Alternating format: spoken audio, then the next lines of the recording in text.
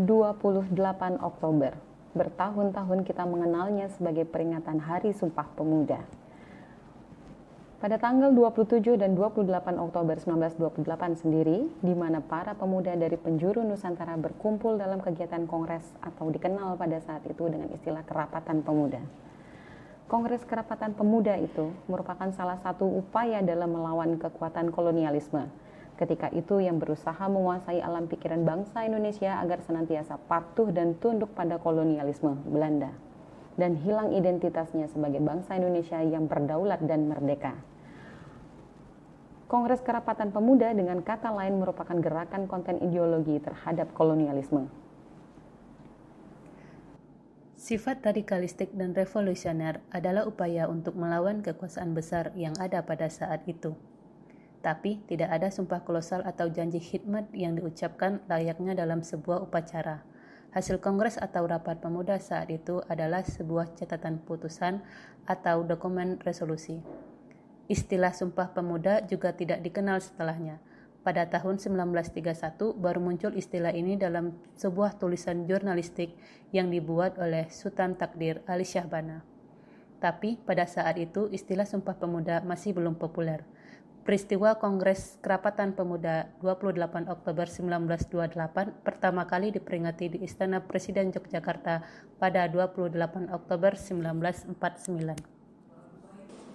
Bung Karno merasa perlu memperingati hari pertama kali diperkenalkannya Himne Nasional Indonesia Raya karya W.R. Supratman.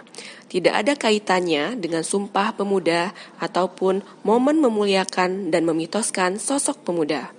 Baru pada Oktober tahun 1953, pada peringatan Kongres Kerapatan Pemuda yang ke-25, istilah Hari Sumpah Pemuda dipakai secara resmi menggantikan istilah Hari Lagu Kebangsaan Indonesia Raya.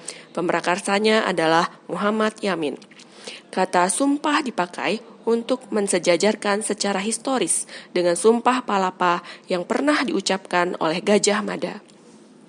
Selain untuk mengaitkan dengan sejarah pro-persatuan Nusantara, Muhammad Yamin menjadikan peringatan Sumpah Pemuda sebagai ideologis untuk memberangus gerakan separatis yang ramai pada saat itu.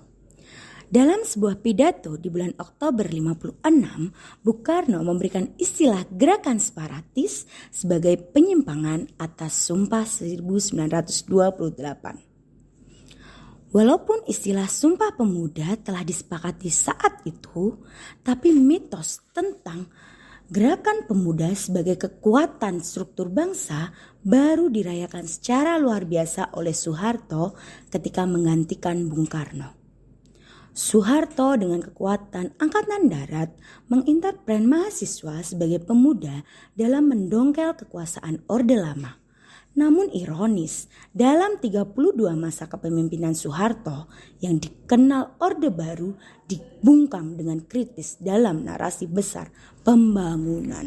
Memasuki Orde Reformasi, Sumpah Pemuda menjadi alat untuk menanggapi tantangan politik kontemporer.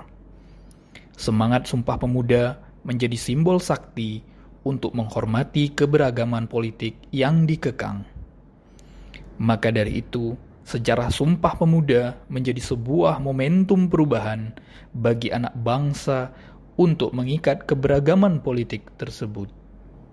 Demikianlah video narasi dari kami, Kelompok 2, Angkatan 23, Latsar, Kemendikbud 2022.